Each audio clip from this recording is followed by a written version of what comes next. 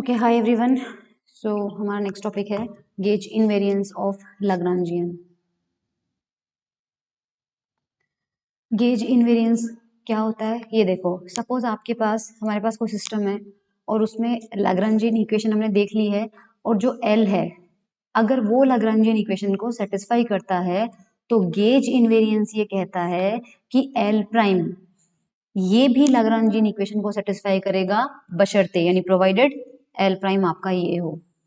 जहां पर ये जो एफ है, this F is called gauge function. ये कोई भी आर्बिट्री फंक्शन है जिसे हम कहेंगे गेज फंक्शन। तो हमें ये प्रूव करना है कि एल लैग्रांजियन इक्वेशन को सेटिस्फाई करता है तो एल प्राइम भी करेगा, और एल प्राइम और एल के बीच में जो रिलेशन है वो हमने अभी भी देखा। ठीक है, एफ जो है क्योंकि ऑब्वियसली वो स्पेसिफिक फंक्शन होगा तभी ये प्रॉपर्टी सेटिस्फाई हो पाएगी, इसलिए हम एफ को किसका फंक्शन मानते हैं, क्यू एंड टी का। क्यू की वैल्यू Q1 से लेके Qn तक है। चलिए, अगर हमारा एफ ऐसा है तो यहाँ से हम क्या कर सकते हैं, इसका टोटल डेरिवेटिव निकालते हैं, D F by D T करेंगे। तो जैसा कि मैंने आपको बताया है कि अगर इसका टोटल डेरिवेटिव निकालना है तो पहले एफ का क्यू के रिस्पेक्ट में पार्शियल डेरिवेटिव लेना है जो कि यहाँ पर आ गया, और फिर क्यू का टी के रिस्पेक्ट में टोटल डेरिवेटिव लेना है जो कि यहाँ पर आ गया, क्यू के डॉट।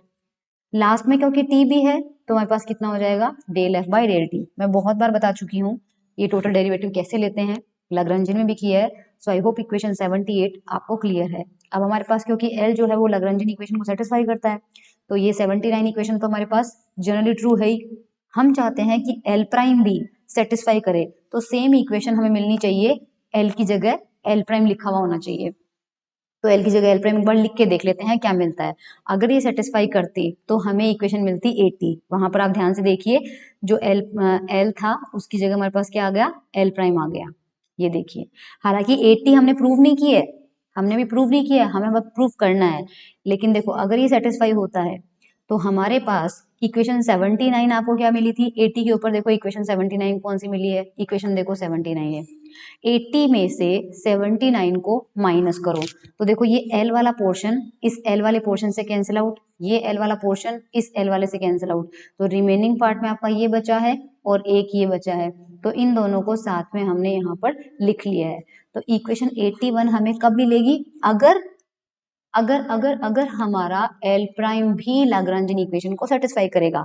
इसका मतलब अगर हम इक्वेशन 81 को प्रूव कर दें, अगर हम ये इक्वेशन प्रूव कर दें तो इसका मतलब हमारा जो एल प्राइम है वो लैग्रांजियन इक्वेशन को सेटिस्फाई करता है। तो if we prove LHS of equation 81 to be equal to 0 then L prime will satisfy the Lagrangian equation. ठीक है, चलिए आगे चलते हैं। तो हमारे पास देखिए हम उसका LHS लेते हैं, ये रहा हमारे पास LHS। अब सबसे पहले हमारे पास DF by D T, DF by D T हमें कहाँ मिला हुआ है, इक्वेशन 78। ठीक है, इक्वेशन 78 में हमारे पास DF बाई डी टी है। तो देखो ये पुट कर दिया DF बाई डी टी और ये पुट कर दिया, और ये हमने कहाँ से लिया है, फ्रॉम इक्वेशन 78। क्लियर, चलिए D by D T as it is है। अब यहाँ पर देखिए ये है Q के डॉट के रिस्पेक्ट में और ये है T के रिस्पेक्ट में, लेकिन क्योंकि Q डॉट और T एक दूसरे पर डिपेंड नहीं करते हैं इसलिए इनको एक्सचेंज कर लो, यानी कि T को बाहर ले आओ, Q के डॉट को अंदर ले जाओ। ये मैंने एग्जाम्पल के साथ बता रखा है। तो यहाँ पे हमने T को बाहर ले गए, Q के डॉट को अंदर ले गए। क्लियर, उसके बाद यहाँ पर हमारे पास देखिए, हाँ डोंट गेट कंफ्यूज्ड, आपके पास एक चीज ध्यान रखना, आपने जब DF बाई डी टी की वैल्यू पुट करी है तो जब ऊपर 78 में आप देखेंगे तो समेशन आपको K पे लगा हुआ मिलेगा, लेकिन अब जब हम यहाँ पर वैल्यू पुट कर रहे हैं तो हमने समेशन L पे लगा लिया, क्योंकि मैंने आपसे कहा था कि जब ऑलरेडी आपके पास किसी फंक्शन में कोई नोटेशन पहले से यूज हो रखा हो और उसके अंदर आप कोई वैल्यू पुट करते हो जिसमें और समेशन लिया हुआ है तो आपको उसका नोटेशन चेंज करना है। अब एक्चुअल में यहाँ पर क्या है, del by del Q K dot है, del by del Q K dot है बाहर, तो ऑलरेडी के यूज हुआ है, इसलिए जब आप D F by D T की वैल्यू पुट करते हो तब अगर समेशन आएगा तो आप के की जगह क्या लेंगे, एल लेंगे, के नहीं लेंगे, ध्यान रखिएगा, ये आपको ध्यान रखना है। ठीक है, तो यहाँ पे एल लिखा है, यहाँ पे भी एल लिया है क्योंकि बाहर ऑलरेडी के यूज हो चुका है। चलिए अब हम क्या करते हैं, इसको अंदर ओपन करते हैं ना। हाँ, तो ये तो आपको समझ में आ चुका है, ये फर्स्ट टर्म तो आपको क्लियर हो चुकी होगी। ठीक है। अब हम क्या करते हैं, यहाँ पे सेकेंड टर्म लेते हैं, जब ये del by del Q K dot इस पे जाएगा, ठीक है। तो यहाँ देखिए del by del Q K dot किस पे अप्लाई हो रहा है, summation Q L del F upon del Q L. ये दो फंक्शन है, this is your first function and this is your second function. दो फंक्शन है, दोनों का डिफरेंशिएशन करना है। तो एक बार फर्स्ट फंक्शन को कांस्टेंट रख के सेकंड का कर दीजिए, सेकंड को कांस्टेंट रख के फर्स्ट का कर दीजिए। तो पहले देखो क्यू एल डॉट है, उसको एज इट इज रखा है, जब उसको एज इट इज रखेंगे तो ये किस पे अप्लाई होगा, सेकंड पे अप्लाई होगा। तो सेकंड पे आपको क्या मिलेगा, del by del Q K dot किस पे अप्लाई होगा, del F upon del Q L पे। और इनको हम इंटरचेंज कर सकते हैं क्योंकि क्यू और क्यू डॉट एक दूसरे पे डिपेंडेंट नहीं है, तो इनको इंटरचेंज करने के बाद आपको ये मिल जाएगा, ठीक है। प्लस फर्स्ट फंक्शन का करना है, सेकंड को कांस्टेंट रखना है। तो सेकंड क्या था, ये था सेकंड, इसको हम रखेंगे कांस्टेंट। और फर्स्ट का करना है, फर्स्ट में क्या है, क्यूएल डॉट है, करना किसके रेस्पेक्ट में है, क्यू के डॉट, जो कि यहाँ पर आपको मिला हुआ है, ठीक है। सिमिलरली अब देखो ये इस पे जाएगा तो आपको ये मिल गया, फर्स्ट फंक्शन तो यहाँ से मिल गया। उसी तरह यहाँ पर फिर से दो फंक्शन है, उन दो पे डेल बाय डेल क्यू के जा रहा है, तो आपको ये देखो एक बार एक को कांस्टेंट करके दूसरे का, दूसरे को कांस्टेंट करके पहले का, ठीक है। तो ये आपको दो टर्म्स मिल चुकी है। अब देखिए कुछ टर्म्स यहाँ पे जीरो किए हैं, आज मेरा स्वास्थ्य सही नहीं है। देखो फर्स्ट में यहाँ पे है del F upon del Q dot, ये आपने जीरो लिया है, क्यों, देखो आप एफ का यहाँ पे डिफरेंशिएशन किसके रेस्पेक्ट में कर रहे हैं, क्यू डॉट के रेस्पेक्ट में कर रहे हैं, जबकि हमने शुरू में ही बोल दिया कि जो एफ है वो किस किस का फंक्शन है, क्यू और टी का। इसका मतलब वो क्यू डॉट का फंक्शन अगर नहीं है तो क्यू डॉट के रेस्पेक्ट में उसका डिफरेंशिएशन जीरो होगा, तो ये तो जीरो समझ में आता है। दूसरी क्वांटिटी देखिए, डेल क्यू एल के ऊपर डॉट लगा हुआ है, नीचे क्यू के लिखा हुआ है और उसको जीरो किया गया है ना।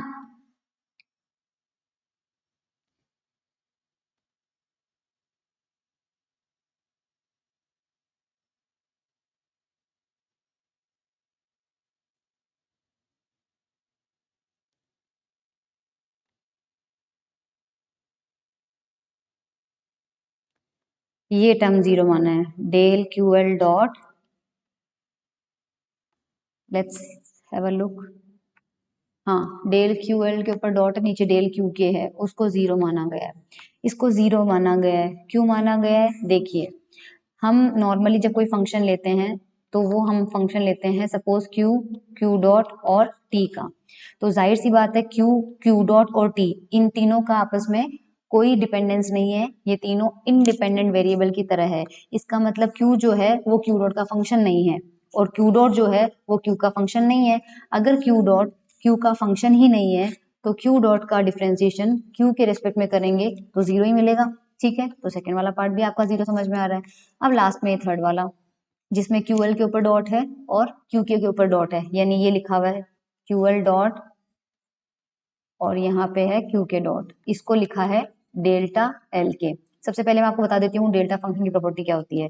इसकी वैल्यू 1 ली जाती है जब एल और के इक्वल हो, और इसकी वैल्यू 0 ली जाती है जब एल नॉट इक्वल टू के। इसका मतलब ये क्वांटिटी के ऊपर ये चीज आनी चाहिए। इस एक्सप्रेशन में अगर एल इक्वल टू के आ रहा है तो ये वैल्यू 1 होनी चाहिए, तो इसमें हम सबसे पहले एल इक्वल टू के रख के देख लेते हैं। तो जब एल इक्वल टू के रखेंगे तो आपके पास एल की जगह एल रखा है सपोज, या के रख लीजिए, ऊपर के रख लीजिए क्योंकि एल और के बराबर है, और नीचे भी आ रहा है ये, तो देखो ये वैल्यू कितनी मिल रही है, 1। यस, एल और के पे तो रिजल्ट सही मिल रहा है। और जब एल नॉट इक्वल टू के है तो एल नॉट इक्वल टू के रख के देखते हैं। तो सपोज मान लीजिए एल की वैल्यू है 1, ठीक है, और नीचे के की वैल्यू है 2। तो जब हम कोई फंक्शन मानते हैं, जैसे लाग्रांजियन मानते हैं, मान लीजिए क्यू, क्यू डॉट और टी का, तो आपने देखा होगा अपन कैसे लेते हैं, सबसे पहले Q1 से लेके Q1 और फिर Q1 डॉट से लेके Qn डॉट और फिर साथ में T, और ये ब्रैकेट के अंदर सारे जो टर्म्स होते हैं, सारे जो पैरामीटर्स होते हैं वो एक दूसरे पे डिपेंडेंट नहीं होते हैं। इसका मतलब ये है कि यहाँ पे बीच में कहीं Q1 डॉट तो आया ही है और साथ में Q2 डॉट भी आया है, और ये दोनों एक दूसरे पर डिपेंडेंट नहीं है, तो किसी भी एक का दूसरे के रेस्पेक्ट में डिफरेंशिएशन क्या मिलेगा, जीरो मिलेगा। ध्यान रखिएगा Q1 डॉट और Q2 डॉट एक दूसरे से इंडिपेंडेंट है, इसलिए उनका जो डिफरेंशिएशन है वो 0 मिलेगा। तो जब L इक्वल टू K होगा तब तो ये 1 मिल जाएगा, अदरवाइज ये 0 मिल जाएगा। अब हम ये वैल्यूज पुट करते हैं हमारी ऊपर वाली इक्वेशन में। चलिए कलर चेंज करती हूँ ताकि समझ में आएगा। अब देखिए सबसे पहले del F upon del Q 0 था, इसका मतलब क्योंकि ये पार्ट 0 है, ये देखिए ये पार्ट यहाँ है, तो ये फर्स्ट टर्म आपका 0 हो गया। उसके बाद क्या लिया हुआ है यहाँ पे, एफ क्यू का फंक्शन है, हाँ, del Q L upon del Q K, ये 0 है। ये कहाँ पे मिल रहा है, नहीं यहाँ पे नहीं मिल रहा है, ये हमें क्या मिल रहा है, यस ये यहाँ पे मिल रहा है, देखो ये 0 है। उसके बाद ये थर्ड वाली चीज हमें क्या मिल रही है, ये है del Q L dot upon del Q K dot, ये रहा, करेक्ट। इसकी वैल्यू हमारे पास क्या है, 1 होगी जब L और K इक्वल होगा, और 0 होगी जब L not equal to K होगा, करेक्ट। इसका मतलब ये वाले समेशन को जब हम ओपन करेंगे, इस वाले समेशन को ओपन करेंगे, तो ये समेशन किस पे लगा हुआ है, L पे लगा हुआ है। तो जब आप समेशन L पे लगा हुआ है इसको ओपन करेंगे तो L की वैल्यू 1 वाला फैक्टर आएगा, प्लस L की वैल्यू 2 वाला फैक्टर आएगा, प्लस L की वैल्यू 3 वाला फैक्टर आएगा, चलते चलते चलते चलते एक फैक्टर ऐसा आएगा जब L की वैल्यू K के बराबर हो जाएगी, और जब आपकी L की वैल्यू K के बराबर होगी तभी ये टर्म सर्वाइव करेगा। समेशन के बाकी सारे टर्म में आपके पास ये क्वांटिटी क्या मिलेगी, 0 मिलेगी। ओके, अच्छा ये सेकेंड वाली क्वांटिटी भी 0 है, क्यों, क्योंकि देखो f का q डॉट के रेस्पेक्ट में डिफरेंशिएशन है, तो आपको पहले वाले ब्रैकेट से, किस वाले से, जहां पर ये d by D T apply है, तो फर्स्ट क्वांटिटी आपकी 0 मिली है, सेकेंड क्वांटिटी आपकी 0 मिली है, केवल थर्ड वाली सर्वाइव करेगी, और थर्ड वाली सर्वाइवल से क्या मिलेगा, d बाई डी टी। अब देखो अब समेशन लगा हुआ है यहाँ पे, लेकिन मैंने आपसे कहा है कि समेशन L पे लगा हुआ है, और आप सारे समेशन को एक्सपांड कर दीजिए, L की सारी वैल्यूज रख लीजिए, L जब एक पर्टिकुलर वैल्यू यानी K के बराबर आएगा तभी आपका ये टर्म सर्वाइव करेगा, और जब आपका L K के इक्वल होगा तब ये क्वांटिटी आपको 1 मिलेगी, ये वाली तो 1 मिलेगी, तो इसके साथ में क्या मल्टीप्लीकेशन में है, del F upon del Q L लिखा हुआ है, एल लिखा हुआ है, बट क्योंकि अब आपने एल को के इक्वल कर दिया है तो हम यहाँ पे क्या लिख सकते हैं, क्यू के इक्वल। तो देखो फर्स्ट टर्म तो ये आ गया। अब जो रिमेनिंग 3 टर्म है तो ये तो क्लियर, हमारा काम खत्म, क्योंकि इसमें 2 टर्म तो 0 हो गए, एक सर्वाइव किया, उसमें कंडीशन लगा के हमने ये निकाल ली। अब बचे हुए 2 टर्म ये रहे, बचे हुए 2 टर्म ये हैं, इन दोनों को यहाँ एज इट इज हमने वापस लिख लिया, ठीक है, लास्ट वाला टर्म 0 हो चुका है। चलो अब क्या किया है यहाँ पे, इस वाले टर्म को देखो, इसमें क्या किया है, डी टी लिखा हुआ है और फिर डेल क्यू के है ना, यानी टी के रेस्पेक्ट में डिफरेंशिएशन है और क्यू के रेस्पेक्ट में, दोनों को इंटरचेंज कर दो, इंटरचेंज करने से ये मिल जाएगा, यानी डेल बाय डेल क्यू के बाहर ले लिया, डी बाई डी टी अंदर चला गया। ओके, इस टर्म को एज इट इज लिखा है, ओके, इस टर्म को हमने एज इट इज लिखा है, ठीक है। अब देखो D F by D T की वैल्यू हमें पता है, D F by D T की हमारे पास ये वैल्यू हमें मिली हुई है, इक्वेशन सबसे ऊपर सबसे पहले इनिशियली जब हमने लेक्चर शुरू किया था, तो D F by D T की वैल्यू हमारे पास आ गई, करेक्ट। ये टर्म यहाँ पर एज इट इज है, ये टर्म यहाँ पर एज इट इज है। अब इसको इससे मल्टीप्लाई करो तब ये वाला टर्म और ये वाला टर्म कैंसिल आउट हो जाएगा, और इसके उसके ऊपर ऑपरेट करो तब ये वाला टर्म और ये वाला टर्म कैंसिल आउट हो जाएगा, 0 मिल गया। और हमें यही प्रूव करना था कि LHS अगर 0 आ जाता है इसका मतलब L प्राइम भी लैग्रेंजन इक्वेशन को सेटिस्फाई करेगा। Okay, symmetry of properties of space and time and conservation laws. अब इसमें बहुत सारा मतलब क्या होता है सिमेट्री प्रॉपर्टीज और ये सब, ये मुझे नहीं समझाना है, हम एग्जाम ओरिएंटेड पढ़ रहे हैं, तो एग्जाम में आपको सवाल पूछा जाएगा कि कौन कौन सी सिमेट्री से रिलेटेड कौन कौन से कंजर्वेशन लॉज हैं उनको बताइए। तो हमारे पास 3 तरह की सिमेट्री से रिलेटेड 3 तरह के कंजर्वेशन लॉज होंगे, हम डायरेक्टली उनके बारे में पढ़ते हैं, ठीक है। सबसे डायरेक्टली चलो, सबसे पहला ये देखिए, homogeneity of space and conservation of linear momentum. समझा देती हूँ थोड़ा सा। होमोजेनिटी ऑफ स्पेस और कंजर्वेशन ऑफ लीनियर मोमेंटम का मतलब क्या होगा। सपोज आपका कोई सिस्टम है ना, उसमें बहुत सारे पार्टिकल हैं, ये रहे, रिजिड बॉडी देख लो, जैसे मान लीजिए रिजिड बॉडी है, आपने क्या किया कि सारे पार्टिकल्स को बराबर छोटा सा लीनियर डिस्प्लेसमेंट दिया, यानी कि इसको इधर शिफ्ट कर दिया थोड़ा सा, उतना ही इसको शिफ्ट किया, उतना ही इसको, उतना ही इसको, उतना, सारे पार्टिकल को हल्का सा, बहुत छोटा सा लीनियर डिस्प्लेसमेंट दिया है। और वो लीनियर डिस्प्लेसमेंट देने से अगर वो जो सिस्टम है हमारा, उसकी फिजिकल प्रॉपर्टीज चेंज नहीं होती है, तो इस प्रॉपर्टी को हम कहते हैं कि वो जो सिस्टम है हमारा वो स्पेस में होमोजीनियस है। स्पेस में होमोजीनियस का मतलब होता है कि उस सिस्टम को उठा के आप अलग अलग जगह पे रख रहे हो, उससे उसकी प्रॉपर्टीज चेंज नहीं हो रही है। तो हमारे पास क्या है कि हमारे सिस्टम में होमोजिनिटी ऑफ स्पेस है ना, होमोजिनिटी ऑफ स्पेस होगा उसमें। अब अगर किसी सिस्टम के अंदर होमोजिनिटी ऑफ स्पेस होता है तो उसका लीनियर मोमेंटम हमेशा कांस्टेंट रहता है, ये हमें प्रूव करना है। मतलब हम ये मान के चलेंगे कि हमारे सिस्टम में होमोजिनिटी है, अगर उसमें होमोजिनिटी है तो उसका लीनियर मोमेंटम कैसे कंजर्व रहेगा, ये हमें पता करना है। अब देखो, क्योंकि मैंने आपसे कहा कि लीनियर डिस्प्लेसमेंट से उसकी फिजिकल प्रॉपर्टी चेंज नहीं होती है, और जो लाग्रांजियन है वो कहीं ना कहीं उसकी फिजिकल प्रॉपर्टी को ही रिलेट करता है, क्योंकि एनर्जी के बारे में पता चलता है हमें इससे। तो हमारे पास उसकी जो फिजिकल प्रॉपर्टी है वो चेंज नहीं होगी, इसका मतलब लीनियर डिस्प्लेसमेंट से उसका लाग्रांजियन भी क्या होना चाहिए, कांस्टेंट है। अगर उसका लाग्रांजियन कांस्टेंट है तो हमें प्रूव करना है कि उसका जो लीनियर मोमेंटम है वो क्या रहेगा, कांस्टेंट रहेगा। चलिए, the homogeneity of space implies that the Lagrangian of a closed system is not changed by an arbitrary translation of all the particles of the system। समझ में आया? कह रहा है कि होमोजेनिटी ऑफ स्पेस का मतलब होता है कि किसी क्लोज्ड सिस्टम के सारे पार्टिकल्स को छोटा सा ट्रांसलेशन देने से उसका लाग्रांजियन चेंज नहीं होगा, इसे कहते हैं होमोजेनिटी ऑफ स्पेस। चलिए प्रूफ करते हैं।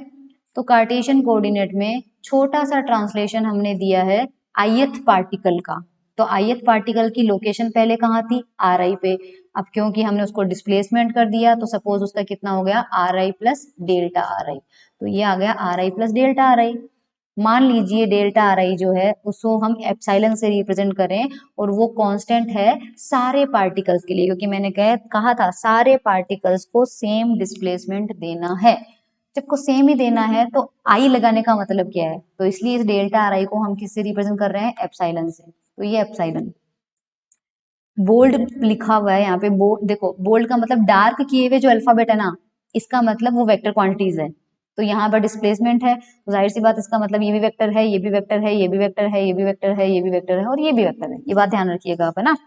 चलिए, अब हम कहते हैं कि अगर इस ट्रांसलेशन से, यानी इसकी पोजीशन में जो हमने चेंज किया है उसकी वजह से लाग्रांजियन में क्या चेंज आया है, तो ये देखिए, now corresponding to this change the change in L can be written as. तो अगर L जो है वो वैसे तो बहुत सारे वेरिएबल्स का फंक्शन है, लेकिन आपने चेंज सिर्फ किस में किया है, Ri में किया है। तो जब केवल Ri के करस्पॉन्डिंग आपको चेंज लेना है तो आप जानते हो कि इधर डेल्टा L जो होगा यहाँ पर, क्योंकि वो Ri का फंक्शन भी होगा और आपने सिर्फ Ri में चेंज किया है, तो इसको कैसे रिप्रेजेंट करते हैं, पहले L का पार्शियल डेरिवेटिव लीजिए Ri के रेस्पेक्ट में, और फिर Ri का खुद का डेल्टा ले लीजिए। तरीका होता है, हमें आता ही है, तो यहाँ पर यही किया हुआ है। इस डेल्टा Ri की जगह आप रखेंगे एप्सिलॉन। तो ये क्वांटिटी मिल गई आपको। ये माइनस गलती से लिख दिया इन्होंने, नहीं आएगा। डॉट प्रोडक्ट है तो आप एप्सिलॉन को समेशन के बाहर ले लीजिए, क्योंकि उस पर आई लगा हुआ नहीं है, वो सबके लिए सेम है, तो हमें ये मिल जाएगा। लेकिन क्योंकि हमने ये माना था कि हमारा जो सिस्टम है वो होमोजीनियस है स्पेस में, अगर वो होमोजीनियस है तो Ri में चेंज करने से L में चेंज नहीं होना चाहिए, और अगर L में चेंज नहीं है तो डेल्टा L की वैल्यू क्या होगी, 0। तो लेफ्ट हैंड साइड हमारा 0, तो राइट हैंड साइड को भी क्या होना पड़ेगा, 0, जो कि इक्वेशन 83 के अंदर रखा है। चलिए लाग्रांजियन इक्वेशन लिखते हैं, ये होती है, अब क्योंकि ये वाली वैल्यू ये हमने ith पार्टिकल के लिए लिखी है, जब समेशन लगा के लिखेंगे तो हमें इक्वेशन मिलेगी ये, और अभी अभी हमने देखा कि ये क्वांटिटी हमें 0 मिल रही है, अगर ये 0 है तो हमारे पास ये भी 0 हो जाएगी। इस समेशन को अंदर ले जाते हैं तो ये हमारे पास आ चुका है। अब इक्वेशन 84 को थोड़ी देर के लिए अकेला छोड़ दीजिए, और चलिए, लाग्रांजियन क्या होता है, T माइनस वी होता है। T काइनेटिक एनर्जी और माइनस वी पोटेंशियल एनर्जी।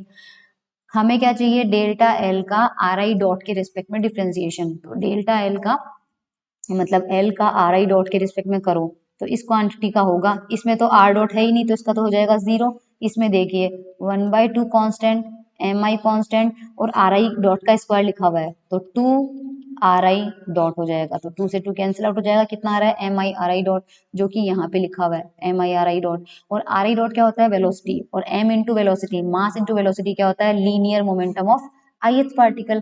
तो 84 के अंदर अगर वैल्यू रखते हैं तो हमें क्या मिल जाएगा, D by D T summation, इस क्वांटिटी की जगह हम रख सकते हैं पी आई, तो समेशन पी आई हो जाएगा।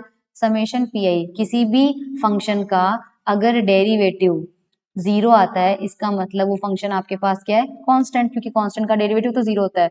तो समेशन पी आई का डी बाई डी टी करने से अगर 0 मिल रहा है, तो समेशन पी आई आपके पास क्या होना चाहिए, कांस्टेंट होना चाहिए। और समेशन पी आई क्या है, total linear momentum of the system. So we can say total linear momentum of a closed system is conserved due to the homogeneity of space. I hope that is clear to you.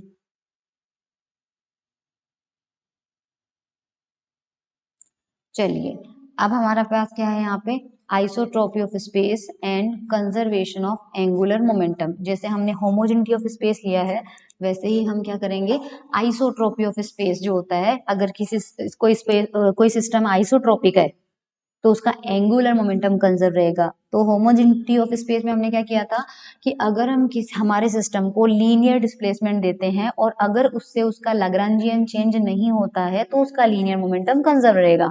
Similarly अगर हमारा system जो है वो isotropic है, तो इसका मतलब क्या है, इसका मतलब ये है कि हम अगर उसको जहां पर वो रखा हुआ है वहीं से पकड़ के थोड़ा सा घुमा दें, यानी इस बार हमने लीनियर डिस्प्लेसमेंट नहीं दी है, एंगुलर डिस्प्लेसमेंट दी है, तो अगर उसे हल्का सा घुमा दिया जाए, अगर घुमाने से उसका लैग्रैन्जियन चेंज नहीं होता है, तो इसका मतलब उसका एंगुलर मोमेंटम कंजर्व रहेगा और हमारा सिस्टम आइसोट्रोपिक कहलाएगा। तो ये देखिए, due to the isotropy of space the Lagrangian of a closed system remains unchanged under arbitrary rotation। Rotation करने से Lagrangian चेंज नहीं होगा। Let us consider an arbitrary infinitesimal rotation। यानी arbitrary मतलब हमारी मर्जी से घुमाया हमने, और infinitesimal का मतलब बहुत छोटा सा रोटेशन दिया है हमने सिस्टम को। और कौन सी डायरेक्शन, z डायरेक्शन के अबाउट। तो ये रहा z के अबाउट हमने इसको घुमा दिया पकड़ के। So the position vector R I due to the rotation delta theta will change by. देखो, क्योंकि हमने z के अबाउट घुमाया है, तो जो पॉइंट आपका यहाँ पर था, a पे था मान लीजिए, वो कहाँ पर पहुंच गया, बी पे पहुंच गया। तो मान लीजिए यहाँ पे हमारा ओरिजिन था, जो ए पॉइंट का पोजीशन वेक्टर है आर आई, वो मान लीजिए यहाँ पे रिप्रेजेंट किया हुआ है ओ ए से। अब शिफ्टिंग के बाद नई लोकेशन क्या आ जाएगी, ओ बी वेक्टर हो जाएगा, और ओ बी लेंथ बढ़ गई, वो कितनी है, मान लीजिए are I plus delta R आई। इसका मतलब जाहिर सी बात है ए से बी तक की जो लेंथ है वो कितनी है आपके पास, डेल्टा आर आई। ठीक है, क्योंकि ओ ए आर आई है, O B R I plus delta R I है, तो वेक्टर ट्राइंगल लो लगा लीजिए। वेक्टर ट्राइंगल लो से आपको समझ में आ जाएगा। इस तरह से हमारे पास दो हैं, ये एक वेक्टर है, ये दूसरा वेक्टर है, ये तीसरा वेक्टर है। This is are I and this is are I plus delta R आई, और ये आपके पास है ए बी। वेक्टर लो लगाइए, तो वेक्टर लो लगाने से कौन से दो सेम डायरेक्शन में जा रहे हैं, आर आई और आर आई के बाद ए बी। तो R I plus A B is equals to R I plus delta R I. Are I से आर आई कैंसिल आउट हो जाएगा, ए बी की वैल्यू आ चुकी है डेल्टा आर आई, जो कि बताया हुआ है यहाँ पे।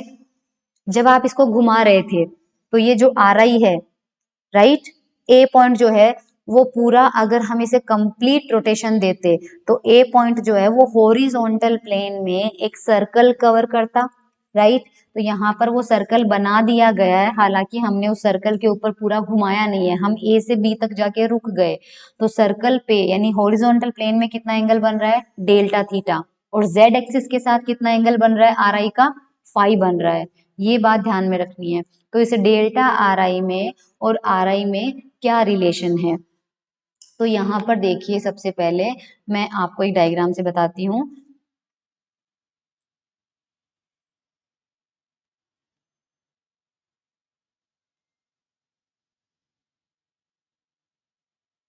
देखो, ये सपोज आपका हॉरिजॉन्टल प्लेन में सर्कल बन रहा था,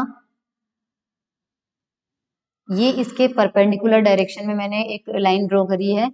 अगर मान लीजिए कोई पार्टिकल आपका कहाँ था, ए पॉइंट पे था, ठीक है, तो मैं यहीं से एक लंबा लाइन खींच रही हूँ, देखिए आपका जो सपोज दिस पॉइंट इज, मान लीजिए ये पॉइंट P है, तो PA जो है वो आपकी सर्कल की क्या है, रेडियस है। आई होप ये समझ में आ रहा है, PA आपका क्या है, सर्कल की रेडियस है। अब हमें क्वेश्चन में क्या दिया हुआ है कि इस पॉइंट से ये जो वेक्टर है, ये जो डिस्टेंस है वो हमें दिया हुआ है RI, करेक्ट। अब आप खुद सोच के बताइए कि PA आपका रेडियस है और सपोज PO जो है, क्या हम ये बात बोल सकते हैं कि PO जो है वो PA के परपेंडिकुलर है? अब वैसे बोर्ड ये स्क्रीन पे नहीं दिखेगा, खुद सोचिए, एक सर्कल इमेजिन कीजिए, आपके आंखों के सामने मेरे हाथ को देखिए, एक सर्कल बना हुआ है, उस सर्कल के अंदर आपने कोई भी रेडियस ड्रॉ कर दी।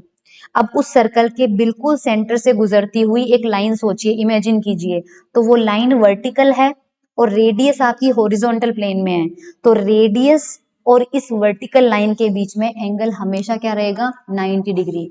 तो PA आपकी रेडियस है और PO आपकी उस सर्कल के सेंटर से गुजरती हुई एक लाइन है जो उस सर्कल के परपेंडिकुलर है। तो PO जो डायग्राम में दिख नहीं रहा होगा लेकिन ये परपेंडिकुलर है, तो यहाँ पे आपका 90 का एंगल बन रहा है, दिस इज 90 एंगल। ओके, और अच्छा ये एंगल आपको दिया हुआ है फाई। अगर ये एंगल आपको फाई दिया हुआ है तो आप मुझे बताइए, हम साइन फाई की वैल्यू निकालते हैं, तो साइन फाई हमारा क्या हो जाएगा, साइन होता है परपेंडिकुलर अपॉन हाइपोटेनियस, तो यहाँ पर 90 है, 90 के सामने वाली लेंथ क्या होती है, हाइपोटेनियस, और एंगल के सामने क्या है, PA, तो PA आपका परपेंडिकुलर हो गया और RI आपका हाइपोटेनियस, तो यहाँ से PA की वैल्यू आपके पास कितनी मिल गई, RI साइन फाई। ओके, सो ये हमारे पास सर्कल की रेडियस आ गई। अब आपका पॉइंट जो है वो कहां पर पहुंच गया, B पे पहुंच गया, तो आपके पास इसी सर्कल के प्लेन में, इसका मतलब ये स्थिति है हमारे पास, ये हमारे पास PA है ना, ये PA आपकी रेडियस है, यहाँ पर एंगल बन रहा है डेल्टा थीटा और ये है AB, तो आप AB को क्या लिख सकते हैं, AB is called radius into delta theta, यानी कि PA multiply by delta theta. PA आपका क्या है, RI sine phi into delta theta, ये हमारा उसका डिस्प्लेसमेंट हो जाएगा, और ये हमें पता है कितना माना था हमने, डेल्टा RI, तो डेल्टा RI हमें मिल रहा है RI sine phi into delta theta. Clear. Suppose O से लेके P डायरेक्शन में आगे की तरफ यूनिट वेक्टर है z कैप, करेक्ट, और हमारा O से लेके A जो है वो जा रहा है इस डायरेक्शन में, इस दर हमारा क्या है, OA डायरेक्शन का यूनिट वेक्टर है। अब आप ध्यान से देखिए, बताइए कि इधर आपका जा रहा है z कैप और इधर हमारा आ रहा है दिस इज एंगल फाई, ये हमारा फाई हो जाएगा, और इधर हमारा O था, यहीं कहीं पे A है, तो इधर हमारा RI वेक्टर था, तो फाई जो है वो किस किस के बीच में एंगल बना हुआ है, RI वेक्टर के बीच में और z कैप के बीच में। फाई हमारा किस किस के बीच में है, RI और z के बीच में। अब यहाँ पर देखिए, अगर z कैप और RI के बीच में एंगल फाई है, तो मैं आपसे पूछूं कि बताइए z कैप क्रॉस RI, अगर A क्रॉस B लेते हैं तो magnitude of A magnitude of B and दोनों के बीच का एंगल का साइन, तो दोनों के बीच में एंगल कौन सा है, साइन फाई है। ये यूनिट वेक्टर है, यूनिट वेक्टर का मैग्नीट्यूड 1 होता है और इसका मैग्नीट्यूड हमारे पास सिंपली आ जाएगा RI, तो ये कितना हो जाएगा, RI साइन फाई, तो इस RI साइन फाई की जगह क्या लिख सकते हैं, z cap cross RI, z cap cross RI, और ये किससे हो जाएगा, डेल्टा थीटा से, और ये किसके बराबर है, डेल्टा है। अब ये जो रिजल्ट है वो मैं डायरेक्टली आपको दिखा रही हूँ, पर आपको पता रहेगा कैसे आया है। ये देखिए, डेल्टा थीटा तो बाहर आ गया, z cap cross RI, delta RI जो है वो है RI sine phi delta theta, और ये लिख रखा है 87 में। तो आई होप ये लाइन आपको समझ में आ गई है। अब ये जो इक्वेशन है, इस इक्वेशन में दोनों साइड में डिफरेंशिएशन कर दो, तो लेफ्ट हैंड साइड में क्या है, डेल्टा RI है, तो डेल्टा को एज इट इज रहने दो, RI की जगह डिफरेंशिएशन करेंगे तो RI का डिफरेंशिएशन dRI बाई dt क्या होता है, वेलोसिटी, तो हो जाएगा VI, और राइट हैंड साइड में हमारे पास डेल्टा थीटा मैग्नीट्यूड है, z कैप डायरेक्शन है, क्रॉस साथ में लगा हुआ है RI वेक्टर, तो RI वेक्टर की जगह कितना आ जाएगा, VI। तो ये जो इक्वेशन है, ये इक्वेशन आपको यहाँ पे मिलेगी 88 में। चलिए अब हम क्या करते हैं, लाग्रांजियन मान लीजिए हमारे पास है, हम यहाँ पे टाइम का फंक्शन नहीं मान रहे हैं लाग्रांजियन को, हम मान रहे हैं केवल Q और Q डॉट, तो Q आपके कितने हो गए, R1 R2, और क्यू डॉट आपके पास कितने हो गए, R1 dot R2 dot and so on. तो ऐसी सिचुएशन में अगर हम दोनों साइड में डेरिवेटिव लेते हैं तो इधर हो जाएगा डेल्टा एल, और उधर क्या हो जाएगा, पहले एल का आर के रेस्पेक्ट में करो, फिर आर का खुद का, फिर एल का आर डॉट के रेस्पेक्ट में करो, आर डॉट का खुद का। तो ये देखो डेल एल का मतलब एल का आर के रेस्पेक्ट में किया, और फिर आर का हमें आगे ले लिया, हमने डेल्टा आर कर लिया, ठीक है। Similarly delta L upon delta R I dot, यहाँ डॉट लगेगा, और आर के ऊपर यहाँ पर भी डॉट लगेगा, ठीक है। अब हम आर आई डॉट जो है उसको हम लिखेंगे velocity, and delta L upon delta R I को हम लिख सकते हैं D by D T del L upon del are I dot. ये कहाँ से मिला है, फ्रॉम लाग्रांज इक्वेशन। जो वेल नोन हमारे पास लाग्रांजेस इक्वेशन है, कौन सी, D by D T del L upon del are dot minus del L upon del I equal to 0। तो इसकी वैल्यू इसके बराबर हो जाएगी जो यहाँ पे लिखी है। और हमने अभी अभी देखा कि इससे जस्ट पहले del upon del are dot जो था वो लीनियर मोमेंटम था p, करेक्ट। तो दोनों साइड में डी बाई डी टी लगाएंगे, तो इधर डी बाई डी टी लग गया, तो इधर भी क्या लगेगा, डी बाई डी टी, और डी पी बाई डी कितना होता है, पी डॉट, करेक्ट। तो ये d by D T del l by dot किसके इक्वल होगा, पी आई डॉट के इक्वल होगा। चलिए इसको इक्वेशन को यहाँ पर लिखते हैं। तो सबसे पहले हमारे पास रख के देखिए वैल्यू, तो इस del L upon del are i, इसको तो क्या लिखा है, इसको लिखा है पी आई डॉट। इसको पी आई डॉट कैसे लिखा भाई, ये यहाँ पे देखिए, ये रहा डेल एल अपॉन डेल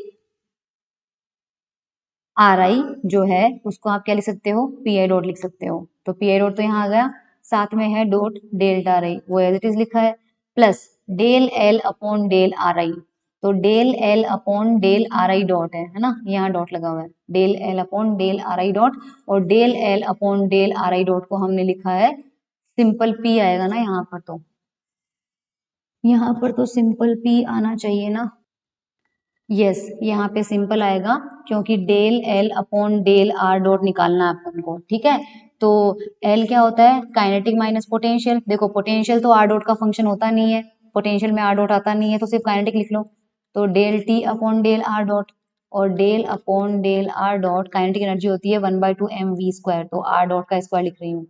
तो यहाँ पर कितना आ जाएगा, 1/2 m आर डॉट स्क्वायर का हो जाएगा 2 आर डॉट, 2 से 2 कैंसिल आउट हो जाएगा, कितना आ जाएगा m आर डॉट, जो कि होता है m इंटू वी, जो कि होता है p। तो सिंपल p के बराबर होगा। तो हमारे पास क्या आ जाएगा, इसकी जगह, इस फंक्शन की जगह आपके पास आ रहा है p, और साथ में डेल आर आई डॉट है, तो आर आई डॉट को हम वेलोसिटी लिखते हैं, तो वो साथ में आ जाएगा del v i. Okay, now हो गया हमारा मेन काम। तो अब देखो इसको ओपन करते हैं। इस डेल्टा आर आई की वैल्यू हमने निकाली है Z cap cross R I, साथ में delta theta. Similarly delta V I की वैल्यू हमने अभी अभी निकाली है, ये मिल रहा था जेड कैप क्रॉस वी आई और साथ में डेल्टा थीटा। तो दोनों में डेल्टा थीटा है तो वो बाहर आ जाएगा, और ये वैल्यूज हमने निकाली है, ठीक है। इसको हम क्या लिख सकते हैं,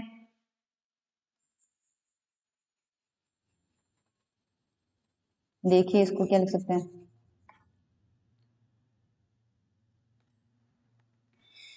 using the property of scalar triple product. Scalar triple product का यहाँ पे एक प्रॉपर्टी यूज हुई है, और ये प्रॉपर्टी आप खुद देख लीजिएगा, क्योंकि मैं नहीं देखना चाहती, मैं बस इतना बता सकती हूँ आपको कि देखो डी बाई डी टी जब इस पे अप्लाई होता है तो जेड कैप तो डायरेक्शन है, यूनिट वेक्टर है, इस पे अप्लाई नहीं होगा, तो जाहिर सी बात है आर और पी आई पे लगेगा। तो एक बार आर पे लगाइए पी कांस्टेंट, पी पे लगाइए आर कांस्टेंट। तो यहाँ पे देखिए पी पे डॉट है तब r i as it is है, और आर आई पे डॉट है यानी वेलोसिटी है तो p i as it is है। तो दो फंक्शन आएंगे, लेकिन इनका ऑर्डर कैसा होगा वो आप इस प्रॉपर्टी में देख लीजिएगा। गूगल सर्च कीजिए properties of scalar triple product, और वो यहाँ पे लगा के देख लीजिएगा, आपको इस तरह से यहाँ पर ये मिल जाएगा। चलिए इट जेड कैप को बाहर ले लो, जेड कैप को बाहर ले लो, बाकी टर्म को अंदर रहने दो, तो आपका जेड कैप बाहर आ जाएगा और बाकी टर्म अंदर है। लेफ्ट हैंड साइड में हमारा क्या है, delta L, but delta theta is arbitrary, और क्योंकि आइसोट्रोपिक स्पेस है इसका मतलब है कि घुमाने से लाग्रांजियन चेंज नहीं होना चाहिए। तो डेल्टा एल को जीरो करेंगे तो राइट हैंड साइड भी जीरो होना चाहिए। राइट हैंड साइड जीरो होगा तो जिस चीज का फर्स्ट डेरिवेटिव जीरो होता है वो फंक्शन आपके पास क्या आता है, कांस्टेंट। और आर क्रॉस पी क्या होता है, angular momentum of the system. Hence the total angular momentum of a close system is conserve due to the isotropy of space. तीसरा आपके पास है homogeneity of time and conservation of energy. तो जिस तरह से हम अभी तक क्या कर रहे थे, एक सिस्टम को एक जगह रख रहे थे। पहले केस में हमने उसको लीनियर डिस्प्लेसमेंट दिया, यानी यहाँ पर उसका कोऑर्डिनेट अलग था, फिर थोड़ी देर बाद उसका कोऑर्डिनेट अलग हो गया। दूसरे केस में हमने किया था कि उसको वहीं पे रखते हुए रोटेट किया था। तीसरा केस ये है कि हमारा सिस्टम ना तो घूमेगा ना आगे पीछे खिसकेगा, वो सिस्टम वही है। पहले हमने घड़ी में देखा 2 बजे थे, 2 बजे हमने देखा अच्छा ये लाग्रांजियन है। फिर हमने 5 मिनट बाद देखा, 5 मिनट बाद इसका मतलब टाइम चेंज हुआ है। T1 टाइम पे देखा लाग्रांजियन वही था, T2 टाइम पे देखा लाग्रांजियन वही था। तो होमोजेनिटी ऑफ टाइम का मतलब ये होता है कि किसी सिस्टम को हम अगर दो अलग अलग टाइम में ऑब्जर्व करें या उसका टाइम कोऑर्डिनेट चेंज कर दें और अगर उससे उसका लाग्रांजियन चेंज नहीं होता है तो इसका मतलब जो हमारा सिस्टम है वो टाइम कोऑर्डिनेट के अंदर भी होमोजीनियस है। और अगर इसके अंदर होमोजेनिटी है टाइम में तो इसकी वजह से जो क्वांटिटी कांस्टेंट रहती है या कंजर्व रहती है वो होती है एनर्जी। चलिए प्रूव करते हैं। तो homogeneity of time implies that Lagrangian is invariant under time translation which is quite similar to space translation। जैसे स्पेस में पोजीशन एक पोजीशन से दूसरी पोजीशन पे जा रहे थे, अब एक टाइम से दूसरे टाइम में जा रहे हैं। अब मान लीजिए अगर टाइम में चेंज हो रहा है डेल्टा टी, और तो उसकी वजह से लाग्रांजियन में चेंज कितना होगा, delta L by delta T into delta T, correct. But क्योंकि ये क्वांटिटी जीरो है तो राइट हैंड साइड भी हमारा जीरो होना चाहिए, तो del l by del t हमारा क्या आ गया, जीरो। चलिए अगर del l by del t zero है इसका मतलब लाग्रांजियन में टाइम नहीं है एक्सप्लिसिटली। एक्सप्लिसिट वर्ड का मतलब बहुत बार समझा चुकी हूँ। तो अगर एक्सप्लिसिटली नहीं है इसका मतलब जो लाग्रांजियन है जिसमें क्यू आता था, क्यू डॉट आता था और टी आता था, टी नहीं आएगा। क्यों? क्योंकि इसके करस्पॉन्डिंग लास्ट में कौन सी टर्म आती थी, डेल बाय डेल टी, और वो हमें क्या मिल रही है, जीरो। तो लाग्रांजियन केवल इन दो का ही फंक्शन है, और अगर वो इन दो का फंक्शन है तो ये देखिए आर और ये देखिए आर डॉट। ऐसी सिचुएशन में अगर हम D l by D T निकालें, यहाँ पर D l by D T non zero होगा क्योंकि मैंने आपको बताया है, मतलब हाँ क्योंकि हमें पता है कि जो डी बाई डी टी होता है और डेल बाई डेल टी होता है, they are two different thing. Lagrangian में जो टाइम है वो एक्सप्लिसिटली यानी डायरेक्टली नहीं है, इनडायरेक्टली हो सकता है, इसलिए डी एल बाई डी निकालना पड़ेगा। तो सबसे पहले एल का आर के रिस्पेक्ट में किया और आर का खुद का, फिर एल का आर डॉट के रिस्पेक्ट में किया और फिर आर डॉट का खुद का। तो आर डॉट का खुद का लगाओगे तो दो डॉट हो जाएंगे, एक डॉट और दूसरा डॉट। ओके नाउ अब हमें क्या करना है, यहाँ पे देखिए ये चीज, इस पे ध्यान मत दो एक बार और इस पे भी ध्यान मत दो, सिर्फ ये दो क्वांटिटीज आप ध्यान में देखो। ये दो क्वांटिटीज क्या लिखा हुआ है, del L upon del r, और ये मल्टीप्लीकेशन है आर डॉट के साथ, plus del L upon del are dot, और साथ में आपके पास है आर पे डबल डॉट। ये लिखा हुआ है हमारे पास यहाँ पे, करेक्ट। तो इस चीज के अंदर इस चीज को हम क्या लिख सकते हैं, देखो इस del L upon del r को हम क्या लिख सकते हैं, देखो इस del L upon del l उसको अपन क्या लिख सकते हैं, देखिए ये जो दो टर्म है उनको क्या लिख सकते हैं, ध्यान से देखिए, ये देखिए D l by D T हमें ये दो मिले हैं, ये टर्म दिया है हमें और ये टर्म दिया है।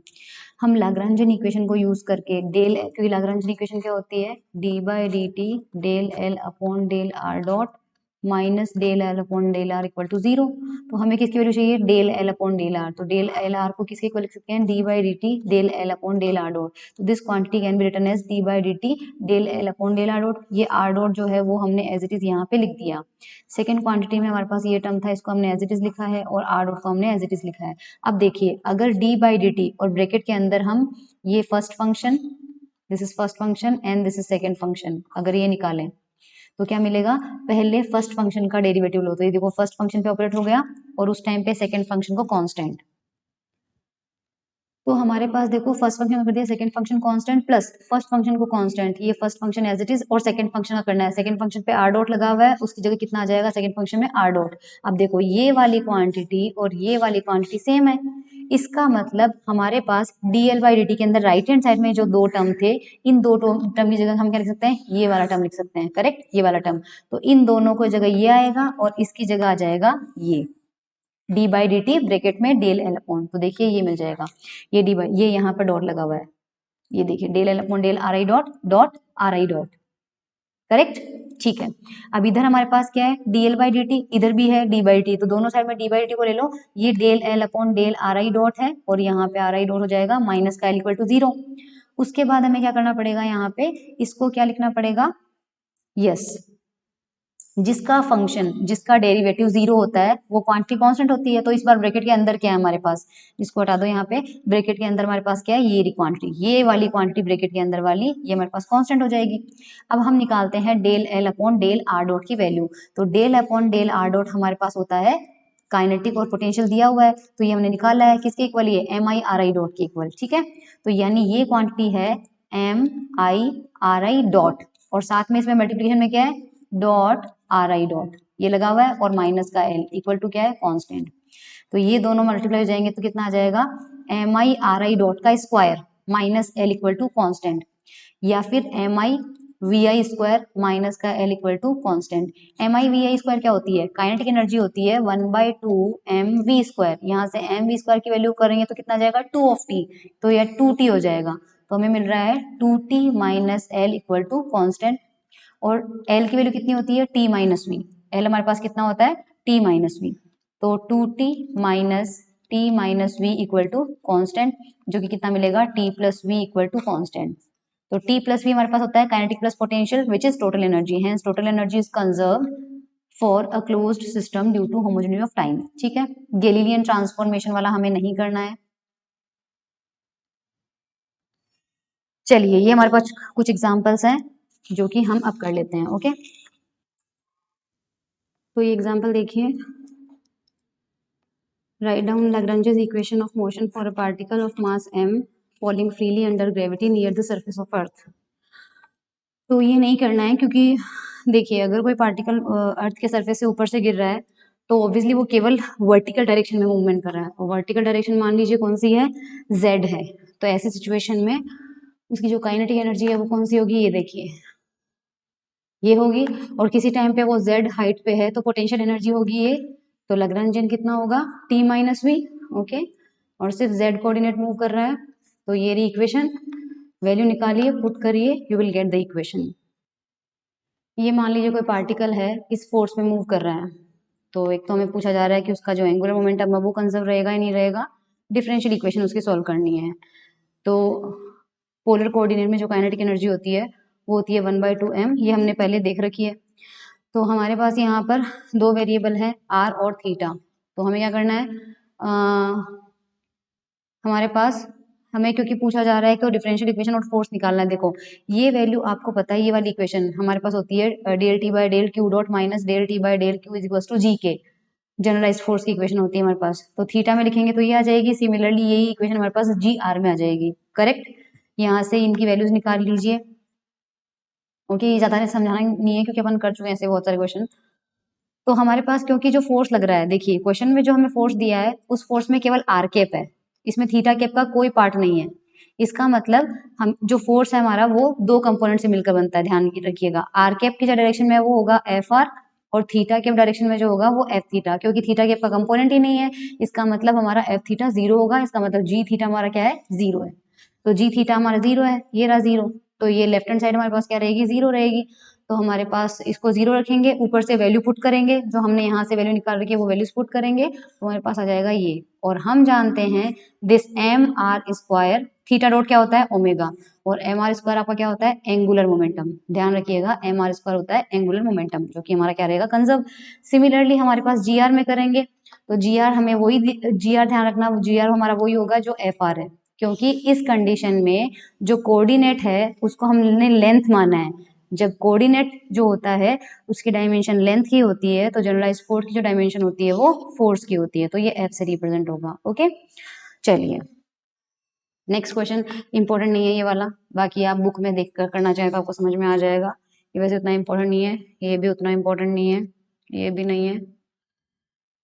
हाँ वेल हम यूनिवर्सिटी ऑफ कोटा के हिसाब से कर रहे हैं, तो यूनिवर्सिटी ऑफ कोटा के हिसाब से ये क्वेश्चन अच्छा है, थोड़ा सा इंपॉर्टेंट है। स्फेरिकल पेंडुलम, स्फेरिकल पेंडुलम कुछ नहीं होता है। नॉर्मल पेंडुलम क्या होता है, एक धागा होता है, नीचे एक बॉब होता है और वो एक प्लेन में मूव करता है। तो प्लेन में होता है तो वो ऑब्वियसली हमारे पास क्या होगा, एक 2 डायमेंशन के अंदर उसकी मोशन हो रही है। स्फेरिकल में क्या होगा कि वही पेंडुलम अगर आपका पूरा 3D में मूव करे, तो यहाँ पे ये देख लीजिए P पॉइंट पे M मास का लगा हुआ है, ओरिजिन O पे है, इस डायरेक्शन में आपका Y है, इस डायरेक्शन में सपोज हमारा X है, किसी टाइम पे वो उसकी जो स्ट्रिंग की लेंथ है वो R है और M पार्टिकल जो है वो P पर है। तो ऐसी सिचुएशन में अभी थोड़ी देर पहले मैंने आपको बताया था कि if this is R, if this is theta, तो हमारे पास ये जो कंपोनेंट होगा that will be R cos theta और ये कंपोनेंट जो होगा that will be R sin theta.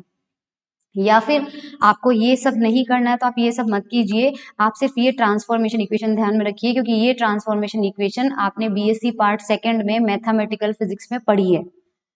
Polar spherical polar coordinate और कार्टेशियन कोऑर्डिनेट के बीच में क्या रिलेशन होता है, तो x होता है r sin theta cos phi, y होता है r sin theta sin phi और z आपका होता है, अगर हमारा z जो है वो हम ऊपर की तरफ लेते हैं तो r cos थीटा, हमारा पेंडुलम क्योंकि नीचे है तो माइनस का r cos थीटा लिया हुआ है। बाकी ये तो प्लस x में ही जा रहा है, ये प्लस सॉरी ये प्लस y में जा रहा है, ये प्लस x में जा रहा है, लेकिन z हमारा नीचे की डायरेक्शन में है तो z के आगे नेगेटिव साइन आया है। तो आपको ये सब नहीं करना है, सिर्फ l बनाना है। लैग्रेंजियन क्या होता है, काइनेटिक माइनस पोटेंशियल होता है, काइनेटिक क्या होगी 1/2m x dot square plus y dot square plus z dot square minus v। तो अब देखो आपके पास ये रहा x, ये रहा y और ये रहा z। यहाँ से अगर हम x डॉट की वैल्यू निकालें तो वो x डॉट की वैल्यू बस एक बता रही हूँ मैं आपको, x हमारे पास है r sin theta cos phi. जब पेंडुलम मूव करता है तो क्योंकि उसकी जो ये r स्ट्रिंग की लेंथ है, this r is constant, r change नहीं हो रहा है, r चेंज नहीं होगा तो r का डिफरेंशिएशन नहीं होगा। तो अगर x डॉट निकालेंगे तो r को एज इट इज रखेंगे। अब देखो एक बार साइन थीटा का करते हैं तब cos फाई को कांस्टेंट रखते हैं, तो साइन थीटा कितना हो जाएगा cos थीटा, फिर थीटा का भी करना पड़ेगा जो कि होता है थीटा डॉट। तो cos थीटा थीटा डॉट उस टाइम पे cos फाई को कांस्टेंट रखिए, प्लस इस बार हमें क्या करना है, साइन थीटा को कांस्टेंट रखना है। ओके, और कोस फाई का कितना हो जाएगा माइनस का साइन फाई, तो माइनस का साइन फाई साथ में फाई डॉट, ये आपके पास x डॉट है। सिमिलरली आप y डॉट निकाल लीजिए, z डॉट निकाल लीजिए, इनका स्क्वायर करके और ऐड करेंगे, जो कि मुझे नहीं करना, आप करके देखना चाहे तो कर लीजिएगा। तो आपके पास जो लैग्रेंजियन है और साथ में पोटेंशियल एनर्जी, क्योंकि देखो आपने ओरिजिन को, आपका पेंडुलम क्या है नीचे है, यहाँ पर इसको रेफरेंस माना है, अगर इसकी पोटेंशियल एनर्जी 0 है, ये लेंथ z है, तो इसकी पोटेंशियल एनर्जी कितनी हो जाएगी माइनस का mgz, और z हमारे पास कितना था r cos थीटा था, तो यहाँ पे आप हो जाएगा, या फिर आप mgz ही लिखिए क्योंकि z अपने आप में नेगेटिव है, तो माइनस का mg r cos थीटा आपकी पोटेंशियल एनर्जी होगी, क्योंकि यहाँ पे माइनस भी करना है इसलिए प्लस का mg r cos थीटा आ रहा है, और x dot y dot z dot की वैल्यू रखेंगे तो आपके पास काइनेटिक एनर्जी आ जाएगी ये।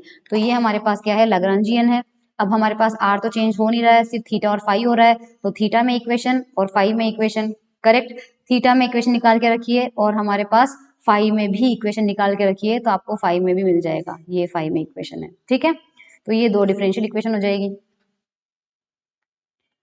कुछ प्रॉब्लम्स आपके प्रीवियस ईयर में आई हुई है, specially I am teaching according to the syllabus of University of Kota. So देखिए आपके पास एक क्वेश्चन आया हुआ है, पूछा गया है कि particle sliding on an inclined plane. तो क्वेश्चन में आप, मैं क्वेश्चन नहीं लिख रही हूँ, आपके पास एक इंक्लाइंड प्लेन दिया हुआ है मान लीजिए, और उस इंक्लाइंड प्लेन पे आपके पास क्या है, कोई पार्टिकल स्लाइड हो रहा है। तो ये आपके पास सपोज इंक्लाइंड प्लेन बना हुआ है, फिक्स्ड है, दिस इज फिक्स्ड है ना, यहाँ पे कोई पार्टिकल है और ग्रेविटी के अंदर उसको छोड़ दिया गया है, छोड़ दिया गया है, suppose this is z direction and suppose this is x direction. तो किसी टाइम पे वो मूव करते करते मान लीजिए यहाँ पर है, किसी टाइम पार्टिकल यहाँ पर है, जब वो यहाँ पे है तो मान लीजिए इसका वर्टिकल कोऑर्डिनेट z है और इसका हॉरिजॉन्टल कोऑर्डिनेट x है। तो ऐसे सिचुएशन में हमें क्या करना है, कुछ नहीं, केवल इसकी लैग्रेंजियन इक्वेशन लिखनी है, और हमें ये दिया हुआ है इंक्लाइन प्लेन जो है उसका हॉरिजॉन्टल से अल्फा एंगल है, और यहाँ पे मान लीजिए किसी टाइम वो r डिस्टेंस पे है, तो दिख रहा है हमारे पास जो x है that is nothing but r cos alpha, और जो आपके पास z है that is r sin alpha, ठीक है। पोटेंशियल हमारे पास कितना है mgz होता है, और z की वैल्यू हमारे पास कितना है r sin अल्फा, तो mg r sin alpha. Kinetic energy कितना हो जाएगा 1/2 mv² होता है, तो vx² प्लस vz², वो कितना हो जाएगा x.² z.²। ये रहा x, अल्फा तो कांस्टेंट है तो यहां से x डॉट की वैल्यू निकाल लीजिए, कितना मिल जाएगा हमें, या उसको निकालने की जरूरत ही नहीं है ना हमारे पास, हाँ x डॉट है तो वो कितना मिल जाएगा, सिंपली r के ऊपर लग जाएगा, r का डॉट cos अल्फा और z डॉट हो जाएगा हमारा r का डॉट साइन अल्फा, क्योंकि अल्फा चेंज नहीं हो रहा है, तो दिस इज 1/2m, ये हमारा हो जाएगा r.² cos² alpha plus r.² sin² alpha, r.² common आएगा तो हमारे पास यहाँ पर cos² प्लस sin² 1 हो जाएगा, तो t मिल आपको v मिल गया और आपको t मिल गया, लैग्रेंजियन कितना हो जाएगा t minus v, value put करना है तो हमारे पास आ जाएगा कितना 1/2m r.² minus mgr sin alpha. Okay, then हमें क्या करना है, लैग्रेंजियन इक्वेशन, केवल r है वेरिएबल तो कितना करना है d/dt del l upon del r dot minus del upon del r equal to 0, यहाँ पर वैल्यू पुट कीजिए, आपके पास इक्वेशन आ जाएगी ये mr double dot is equals to minus का mg साइन अल्फा, ये इक्वेशन ऑफ मोशन हमारे पास आ जाएगा, particle sliding on inclined plane under gravity. Okay, next है हमारे पास कोप्लेनर डबल पेंडुलम, ये बहुत इंपॉर्टेंट है, बहुत बार पूछा जाता है, कोप्लेनर डबल पेंडुलम।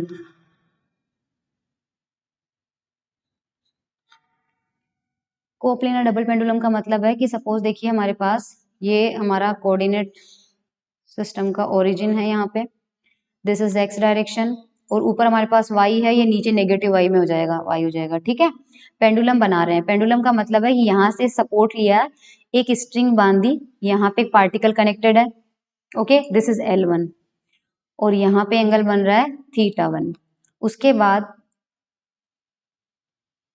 आगे दूसरी स्ट्रिंग L2 लेंथ की, उससे ये लिया है M1, ये लिया है M2 और वर्टिकल के साथ इसका एंगल है θ2, प्लेन में है, XY प्लेन में है। इसके लिए हमें लैग्रेंजियन बनाना है, केवल लैग्रेंजियन बनाना है, तो सबसे पहले देखिए हम M1 के कोऑर्डिनेट लिखते हैं, है ना, M1 के कोऑर्डिनेट है मान लीजिए x1 y1, अब x1 कितना होगा, तो x1 आप ध्यान से देखिए, M1 का कोऑर्डिनेट मतलब ये डिस्टेंस x1 है, अगर आपको L1 दिया है और इफ दिस इज एंगल θ1 तो आपका दिस इज L1 cos θ1 और ये जो आएगा दिस इज L1 sin θ1, तो x1 हमारा आ रहा है L1 sin θ1 और y1 आपका आ रहा है नीचे की डायरेक्शन में है तो माइनस का L1 cos θ1। अब x2 की बात करते हैं, x2 का मतलब है कि ये देखिए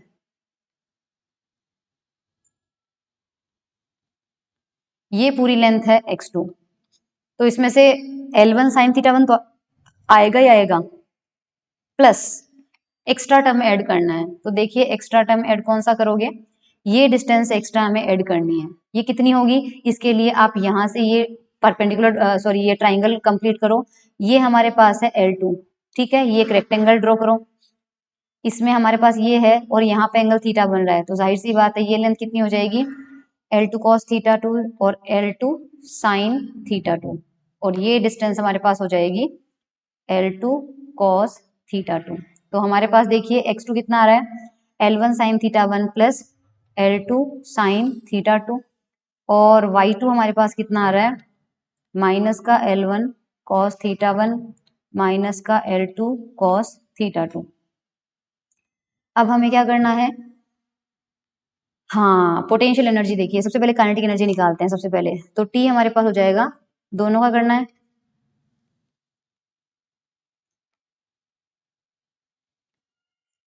जस्ट अ मिनट, हैंग हो रहा है क्या यार ये,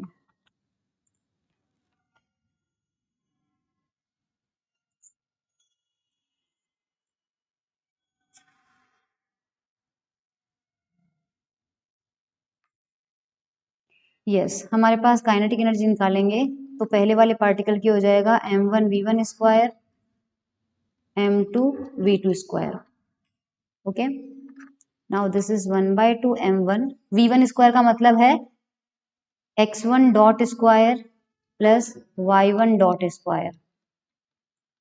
सिमिलरली ये m2 आ जाएगा x2 dot square y2 dot square. अब हमें x1 डॉट ये निकालना है, ठीक है, तो मैं निकाल दे रही हूँ। देखो x1 डॉट आपको मिलेगा L1 theta 1 dot cos theta 1, y1 dot आपको मिलेगा L1 theta 1 dot sine theta 1, x2 dot आपको मिलेगा L1 theta 1 dot sine theta 1, sorry cos आएगा ना, sorry cos theta 1 plus L2 theta 2 dot cos theta 2, और y2 का dot आपको मिलेगा, कैसे आया खुद करके देखिएगा, है ना, L1 theta 1 dot sine theta 1, L2 theta 2 dot sine theta 2। ये आ चुका है, यहाँ पर वैल्यूज पुट कीजिए और सॉल्व कीजिए। मैं नहीं कर रही हूँ क्योंकि बहुत लेंदी चला जाएगा। आपको t मिलना चाहिए 1/2 m1 L1 square theta 1 dot square plus 1/2 m2 L1 square theta 1 dot square plus L2 square theta 2 dot square plus 2L1 L2 theta 1 dot theta 2 dot cos theta 1 minus theta 2। ये कैसे आएगा, ध्यान रखना, cos से cos भी और plus sign है sine B का फॉर्मूला बनेगा, तो उसे कॉस ए माइनस बी लिखा है। पोटेंशियल एनर्जी हमारे पास क्या होगी, दोनों डायरेक्शन, दोनों नीचे वाई कोऑर्डिनेट में है, क्योंकि देखो इस तरह से था, एक पेंडुलम यहाँ था, एक पेंडुलम यहाँ था, तो ये जो है वर्टिकली कितनी डिस्टेंस पे है y1 कोऑर्डिनेट पे, और ये कितनी डिस्टेंस पे है y2, तो पोटेंशियल एनर्जी होगी माइनस का m1g और y1 माइनस का m2g y2, ठीक है, ये हमारे पास पोटेंशियल एनर्जी होगी। अब y1 y2 के अंदर नेगेटिव मत पुट करना, ध्यान रखना, है ना, ये हो जाएगा minus m1g L1 cos theta 1 minus का m2g L1 cos theta 2 plus L2 cos theta 2। Solve करके देख लीजिएगा, हमारे पास पोटेंशियल एनर्जी आ जाएगी ये। तो लाग्रांजियन हमारे पास कितना हो जाएगा, L is equals to T minus V, तो ये वाली क्वांटिटी माइनस ये वाली क्वांटिटी हमें मिल जाएगा L। क्लियर। देन आपको दिया हुआ है मैकेनिकल से मेरा सॉरी ये लाग्रांजियन, इसका निकाल ही लेंगे। यस, ये हमारा हो चुका है कोप्लेनर डबल पेंडुलम। बस यही क्वेश्चन आएंगे हमारे पास इसमें से रिलेटेड। तो हाँ, आपको एक चीज और ध्यान रखनी है, लाग्रांजियन में आपके पास कई बार क्वेश्चन आएगा, ध्यान रखना, जो एल होता है वो आपको तीनों कोऑर्डिनेट में पता होना चाहिए, कार्टेशियन कोऑर्डिनेट में पता होना चाहिए, फ्री पार्टिकल का यानी पोटेंशियल एनर्जी नहीं है, पोटेंशियल एनर्जी 0 है, केवल काइनेटिक आएगा, तो कार्टेशियन में पता होना चाहिए, स्फेरिकल में पता होना चाहिए, सिलेंड्रिकल। कार्टेशियन में हमारे पास होते हैं एक्स वाई जेड, स्फेरिकल में हमारे पास होते हैं आर थीटा फाई, और सिलेंड्रिकल में हमारे पास होते हैं आर थीटा जेड या कुछ भी आर थीटा जेड। इसमें तुम्हें पता है लाग्रांजियन कितना होगा, 1/2 mv स्क्वायर, केवल काइनेटिक एनर्जी आएगी, x dot square y dot square z dot square. और स्फेरिकल कोऑर्डिनेट में हमारे पास फ्री पार्टिकल का लाग्रांजियन, क्योंकि ये पूछा गया क्वेश्चन, है ना, 1/2 m याद रखिएगा, r dot square r square theta dot square plus r square phi dot square sine square theta, ये स्फेरिकल में है। और सिलेंड्रिकल में हमारे पास होगा 1/2 m r dot square plus r square phi dot square plus z dot square. Okay, ये हमारे पास होगा सिलेंड्रिकल कोऑर्डिनेट में लाग्रांजियन। वेल, आज के लिए इतना ही, थोड़ा डिफरेंट टॉपिक है इसके बाद का, इसलिए हम उसे करेंगे कल। तब तक के लिए पढ़ाई करो बस, और क्या, बाय बाय।